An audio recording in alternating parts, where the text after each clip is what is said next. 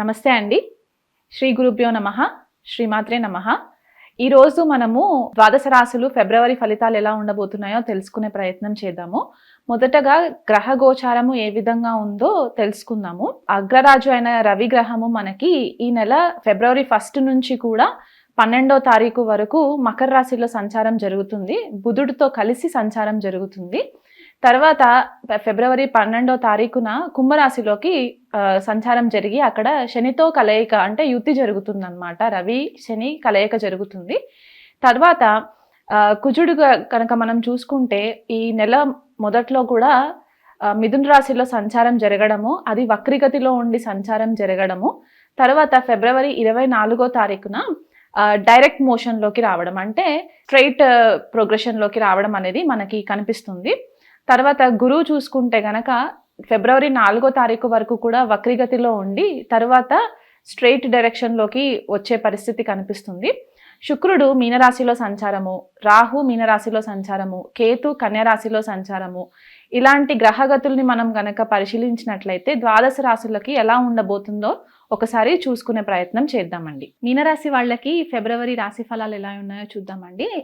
లగ్నంలోనే వీళ్ళకి శుక్రుడు రాహు సంచారం జరగడము, తృతీయంలో గురు సంచారం జరగడము, చతుర్థంలో కుజుడు, సప్తమంలో కేతు, లాభంలో రవి బుధులు, వ్యయంలో శని సంచారం జరుగుతుంది. ఆల్రెడీ మనం చూసుకున్నట్లయితే మీనరాశి వాళ్ళు ఏళ్ళనాటి శని ప్రభావంలో ఉన్నారు. అందులో ఇప్పుడు గురువు కూడా వక్రిగతిలో ఉండి రేపు 4వ తారీఖు నుంచి మార్పు చెందుతుంది కాబట్టి కొద్దిపాటిగా వీళ్ళకి ఆ కార్యక్షేత్రం పట్ల కొంచెము అనుకున్న టైంకి వీళ్ళు ప్రాజెక్ట్స్ సరిగ్గా కంప్లీట్ చేయకపోవడం. ఎందుకంటే లగ్నాధిపతి దశమాధిపతి గురుడు తృతీయంలో ఉండడం వల్ల ఏమవుతుందంటే మరణకారక స్థానం అని కూడా మనము గురువుకి తృతీయ స్థానం చెప్తూ ఉంటాం. కాబట్టి వీళ్ళకి ఒక రకమైన అలసత్వం రావడము, వర్క్ పైన పెద్దగా ఇంట్రెస్ట్ ఉండకపోవడము, కార్యక్షేత్రంలో అంటే పెండింగ్ చేసుకుంటూ పోవడం, పోస్ట్ పోన్ చేసుకుంటూ పోవడం, ప్రోక్రాస్టినేషన్ అంటూ ఉంటాం కదా మనం ఇంగ్లీష్లో. ఆ పెండింగ్ చేసుకుంటూ పోయే పనుల వల్ల ఏమవుతుందంటే వీళ్ళకి మేనేజర్స్ నుంచి కొద్దిగా ప్రెషర్ ఎక్కువ అయ్యే ఛాన్సెస్ కనిపిస్తూ ఉంది.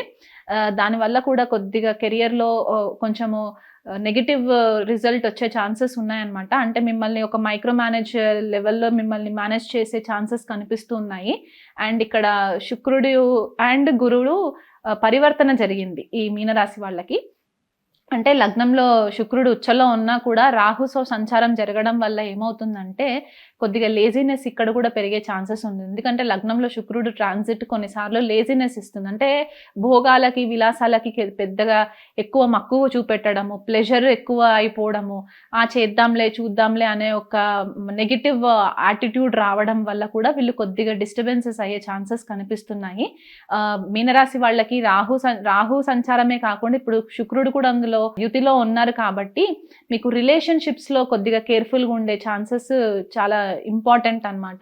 ఎందువల్ల అంటే మీరు కొద్దిగా మీ స్పౌస్ తోటి అంటే మీ భాగస్వామి తోటి కొద్దిగా టెంపరీగా కొద్దిగా సెపరేషన్ వచ్చే ఛాన్సెస్ కనిపిస్తున్నాయి. అంటే భాగస్వామి పైన ఇంట్రెస్ట్ తగ్గి బయట యాక్టివిటీస్ పైన మీకు కొద్దిగా ఇంట్రెస్ట్ పెరిగే ఛాన్సెస్ ఉండేది కనిపిస్తూ ఉంది.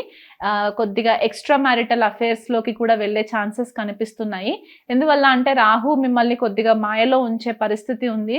విచక్షణ జ్ఞానం లేకుండా కొన్ని రాంగ్ స్టెప్స్ వేసే పరిస్థితి మీనరాశి వాళ్ళకి కనిపిస్తూ ఉంది. కాబట్టి కొంచెం ఆ కోణంలో కేర్ఫుల్గా ఉండండి. సప్తమంలో కేతు సంచారం వల్ల కూడా మీకు ఇక్కడ భాగస్వామి మిమ్మల్ని చాలా హ్యాండిల్ చేస్తున్నట్టు, ఏదో కంట్రోల్ చేస్తున్నట్టు, లేకపోతే మిమ్మల్ని ఊరికే హేళన చేస్తూ, లేకపోతే మీలో ఫాల్ట్స్ని వెతుకుతున్నట్టు, మీ తప్పులని ఐడెంటిఫై చేసి వెతుకుతున్నట్టు కూడా మీకు అనిపించడం వల్ల కూడా మీరు కొద్దిపాటిగా ఈ రిలేషన్షిప్ నుంచి కొద్దిగా తప్పుకునే పరిస్థితి కూడా కనిపిస్తుంది. కాబట్టి ఆ సిచ్యువేషన్స్లోకి వెళ్లకుండా ఉండేలాగా ప్లానింగ్ చేసుకోండి. చతుర్థంలో కుజ సంచారం జరుగుతుంది కాబట్టి ఇక్కడ ఈ గృహ వాతావరణానికి సంబంధించి కూడా కొద్దిగా శాంతి వాతావరణం కనిపించట్లేదు. అంటే ఇది మీ మాట తీరు వల్ల, మీ ప్రవర్తన వల్ల, మీ యాటిట్యూడ్ వల్లనే ఈ ప్రాబ్లమ్స్ అన్నీ మీకు వచ్చే ఛాన్సెస్ ఉన్నాయి. కాబట్టి ఈ కుజ మార్పు జరిగేంత వరకు కూడా మీరు వీలైనంత మట్టుకు మీ టెంపర్మెంట్ని కనుక మీరు కంట్రోల్లో పెట్టుకున్నట్లయితే కూడా మీకు బెటర్ రిజల్ట్స్ వస్తాయి. ఈ కుజుడు దశమ స్థానాన్ని చూస్తున్నారు కాబట్టి అక్కడ కూడా మీకు కొద్దిపాటిగా మేనేజర్స్తో కాన్ఫ్లిక్ట్స్ వచ్చే ఛాన్సెస్ ఉన్నాయి. కాబట్టి ఆ కోణంలో కూడా కొంచెం కేర్ఫుల్గా ఉండండి.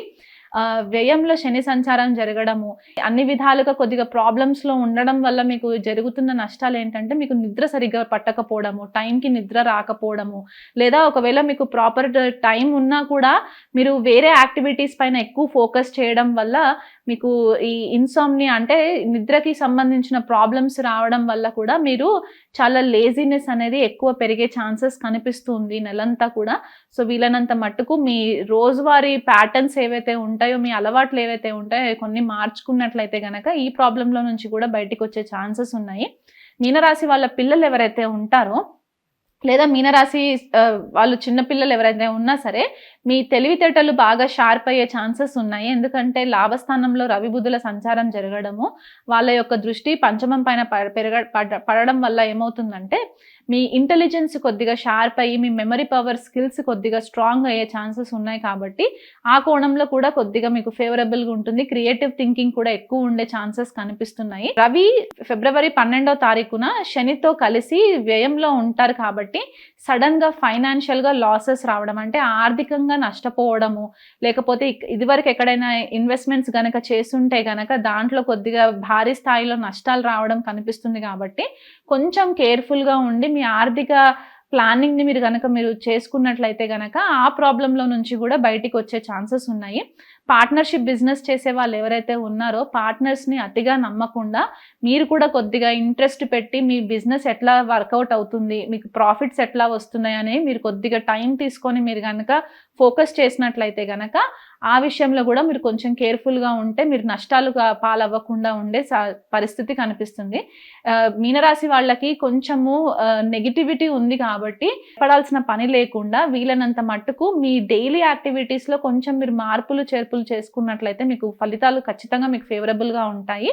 అలాగే ఇంకా బెటర్ రిజల్ట్స్ రావాలి అని అనుకున్నట్లయితే కనుక ప్రతి శనివారము దగ్గరలో ఉన్న శనేశ్వర ఆలయంకి కానీ, లేకపోతే హనుమాన్ చాలీసా చదువుకోవడము, ఆంజనేయ స్వామికి ఆకు పూజ చేయించడం వల్ల కూడా మీకు బెటర్ రిజల్ట్స్ వస్తాయి.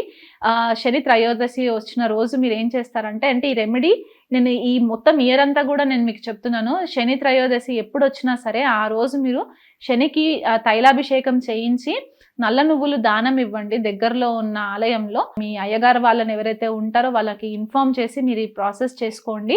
గురుబలం కూడా మీకు పెరగడానికి ప్రతి గురువారం రోజు నవగ్రహాలలో దేవగురు బృహస్పతికి 16 ప్రదక్షిణాలు తిరిగి శనగలు దానం ఇవ్వడము, శనగలని ఉడకపెట్టి ప్రసాదంగా పంచిపెట్టడము, చిన్నపిల్లలకి పుస్తకాలు కొనించడము, ఇట్లాంటివి చేసినా కూడా మీకు ఫేవరబుల్ రిజల్ట్స్ వస్తాయి.